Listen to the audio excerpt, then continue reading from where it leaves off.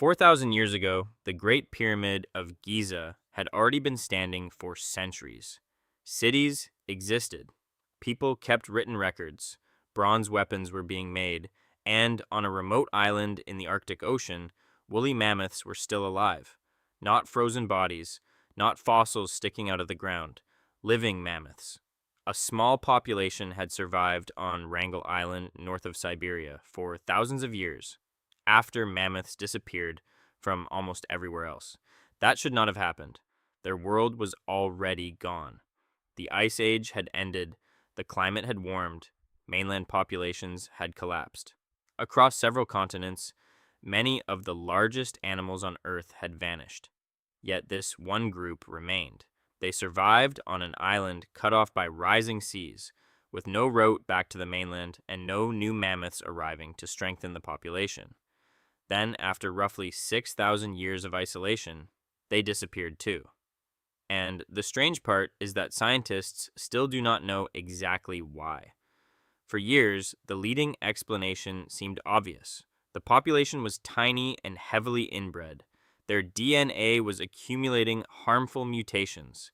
They were trapped in a slow genetic collapse that could only end one way. Then researchers examined more mammoth genomes, and that explanation began to fall apart. The last mammoths were inbred, but their population appears to have remained stable until close to the end. The most damaging mutations were even being removed through natural selection. Something else killed them, something fast. And Wrangel Island may hold the answer to a much larger question. What actually killed the Ice Age giants? Because the island did more than protect a few mammoths. It separated them from the disaster unfolding across the mainland. It was a natural experiment, and for 6,000 years, the experiment worked. 15,000 years ago, the world contained an almost ridiculous number of enormous animals. North America had mammoths, mastodons, giant ground sloths, dire wolves, giant beavers, and short-faced bears. South America had glyptodonts, armored relatives of armadillos that could reach the size of a small car. Northern Eurasia had woolly rhinoceroses, cave lions, and herds of mammoths moving across vast open landscapes. Australia had already lost its own collection of giants, including enormous kangaroos and Diprotodon, a wombat relative roughly the size of a rhinoceros. Then the largest animals began disappearing. The losses did not happen on one afternoon, and they did not occur at exactly the same time everywhere, but in geological terms, they happened remarkably close together. In North America, roughly 3/4 of the large mammal genera vanished near the end of the Pleistocene. This was not a normal background extinction. It was a major reduction in the average size of life on land. And size matters here. A mouse can reproduce quickly. It requires little territory, reaches adulthood early, and can rebuild its population after a bad year. A mammoth operates on completely different mathematics. It needs enormous amounts of vegetation. It takes years to mature. Pregnancy is long, and a female produces one calf at a time. If a mouse population loses 10 adults, it can treat the situation as an inconvenience. If a small mammoth population loses 10 breeding females, it may have just entered a crisis that lasts for generations. The giants were powerful as individuals, but fragile as populations. They could survive predators, storms, and bitter winters. What they could not easily survive was a persistent increase in adult deaths. They did not have to be hunted down to the final animal. Their numbers only had to fall slightly faster than new calves could replace them. Once that happened, extinction could begin while hundreds or even thousands of animals were still alive. The species would look present. The population might already be doomed. The first major suspect is climate, but saying the planet warmed makes the transition sound far simpler than it was. The end of the Ice Age was unstable. Temperatures rose, reversed, and rose again. Rainfall patterns changed. Permafrost thawed. Sea levels climbed. Plant communities reorganized across huge areas. The mammoth's environment was not merely becoming warmer, it was becoming a different ecosystem. Much of the far north had supported a cold, dry mixture of grasses, flowering plants, and low vegetation, often called the mammoth steppe. It stretched across enormous parts of Eurasia and into North America. Despite the cold, it could support large herds of grazing animals. Then shrubs and trees began spreading into regions that had once been more open.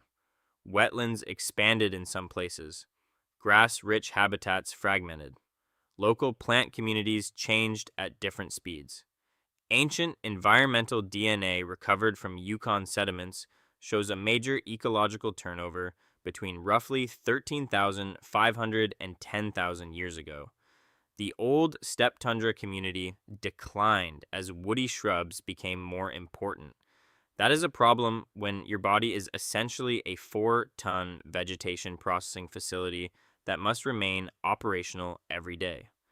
A mammoth did not need the temperature itself to become unbearable. Its habitat only needed to produce less food or to become divided into smaller patches that could no longer support large herds. But climate cannot close the case by itself. Mammoths had survived previous glacial cycles. They had endured earlier periods of warming and cooling without disappearing completely. The final warming was disruptive, but environmental change was not new. Something about this transition was different, and while mammoth habitat was shrinking, another species was expanding into it. Humans had been hunting large animals for a very long time, but the timing of megafaunal extinctions repeatedly creates an uncomfortable pattern. In several regions, major losses followed the arrival or expansion of humans. That does not prove that people personally killed every vanished species. It does mean that human presence cannot simply be removed from the investigation. In North America, archaeologists have found Clovis age sites where mammoth remains occur with stone weapons and evidence of butchery. At the La Prairie site in Wyoming, later research confirmed a cultural association between Clovis people and a mammoth carcass. These sites established something important. Humans were not merely walking past dead mammoths and politely minding their own business. They were exploiting them, and at least sometimes hunting them. But the archaeological evidence also creates a problem for the simplest human overkill story. Confirmed mammoth kill sites are relatively rare. Human populations were small and spread across enormous territories. If people single-handedly exterminated every giant species through relentless hunting, we might expect to find a clearer trail of killing. We do not. The likely mechanism was subtler. Imagine a mammoth population already losing habitat. Calf survival declines because food has become less predictable. Herds become smaller and more isolated. Animals have to travel farther between suitable areas. Under those conditions, humans do not need to create the entire crisis. They only need to make recovery impossible. A few additional adult deaths each year could keep a stressed population below the point where births balanced losses. Climate would weaken the system. Hunting would remove part of its remaining margin. Neither pressure needs to be sufficient alone. Together, they can turn a difficult period into a permanent collapse. This also explains why the debate has lasted so long. Researchers looking for one murderer keep finding evidence for two suspects standing at the same crime scene. The best places to test these ideas are islands. An island isolates a population. It reduces immigration, limits territory, and creates a more contained environmental record. Two mammoth populations survived long after their mainland relatives.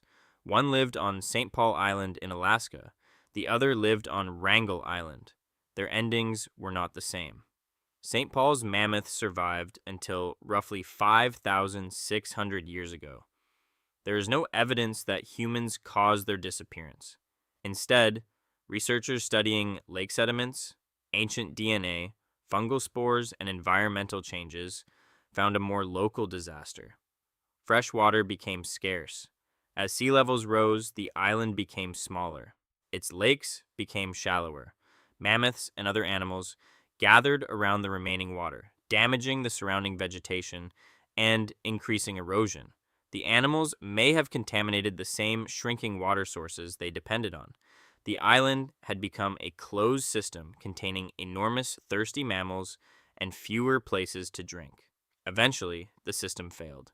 This matters because it proves that an isolated mammoth population could disappear without human hunters. Extinction did not require a universal killer. A species could vanish because one island lost water, while another population faced an entirely different event. Wrangel Island lasted about 1,500 years longer. Its mammoths were not living beside a collapsing lake. Chemical signatures preserved in their bones suggest that their diet and environment remained comparatively stable until near the end. They seem to have disappeared from conditions that were still capable of supporting them. So, St. Paul gives us a cause. Wrangel gives us a locked room. During the Ice Age, sea levels were much lower because enormous amounts of water were locked inside continental ice sheets. Wrangel was connected to a broader northern landscape. As the climate warmed and the ice melted, the oceans rose. Low-lying land disappeared beneath the sea, and the mammoths on Wrangel became isolated around 10,000 years ago. At first, isolation may have saved them. The sea created a barrier between the island and the mainland. Whatever combination of habitat change and human pressure was affecting other populations, the Wrangel mammoths were partly removed from it. The island became a refuge, but it was not an enormous refuge. Genomic research published in 2024 suggests that the Wrangel population passed through a severe bottleneck and may have descended from as few as 8 breeding individuals. That sounds immediately fatal. 8 is not a herd. 8 is a group small enough for everyone to have personal problems with everyone else. Yet the population recovered. Over time, it grew to a few hundred animals and remained at a broadly stable size for thousands of years. This is where the old explanation begins to unravel. A tiny founding population produces inbreeding. Closely related animals reproduce, genetic diversity falls, and harmful variants can become more common. All of that happened on Wrangel, but it did not trigger an immediate collapse.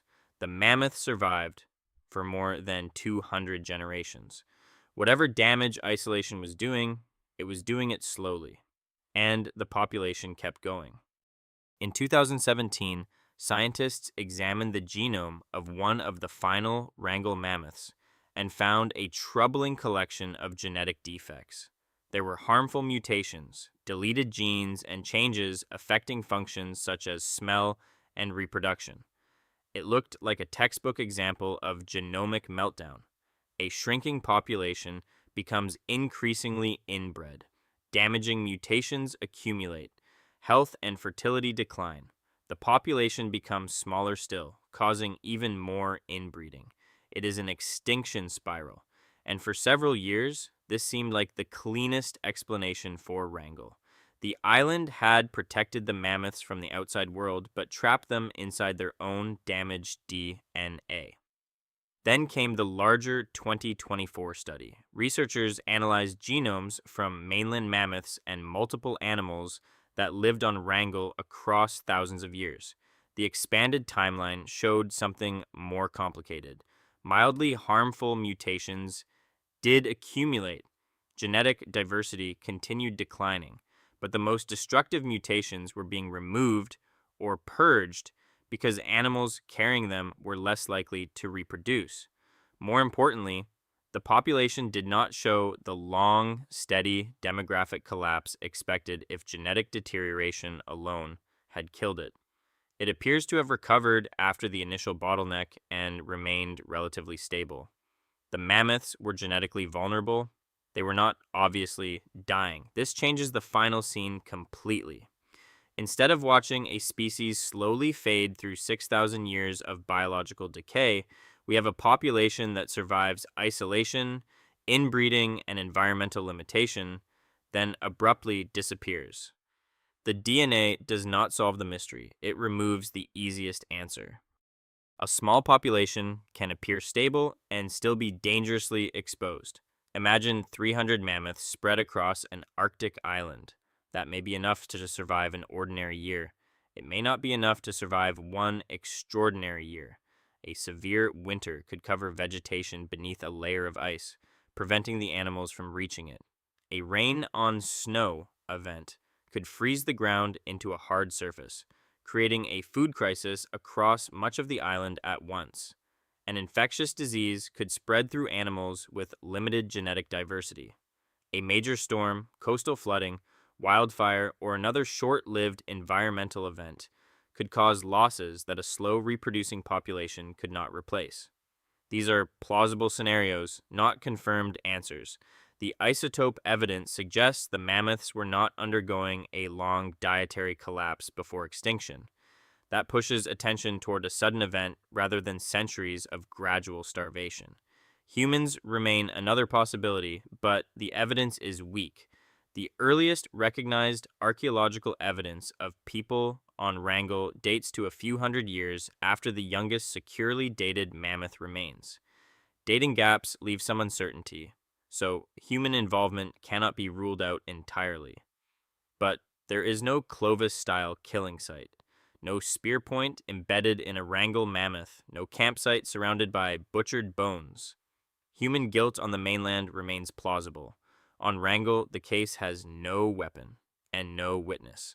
That leaves us with an unsatisfying but scientifically honest conclusion. The final cause is unknown. The mammoths may have been defeated not by the largest force, but by the wrong event, landing on a population with no backup. There was no neighboring herd, no mainland refuge, no genetic rescue through new arrivals. Once the number of animals fell too far, the island's protection became irrelevant.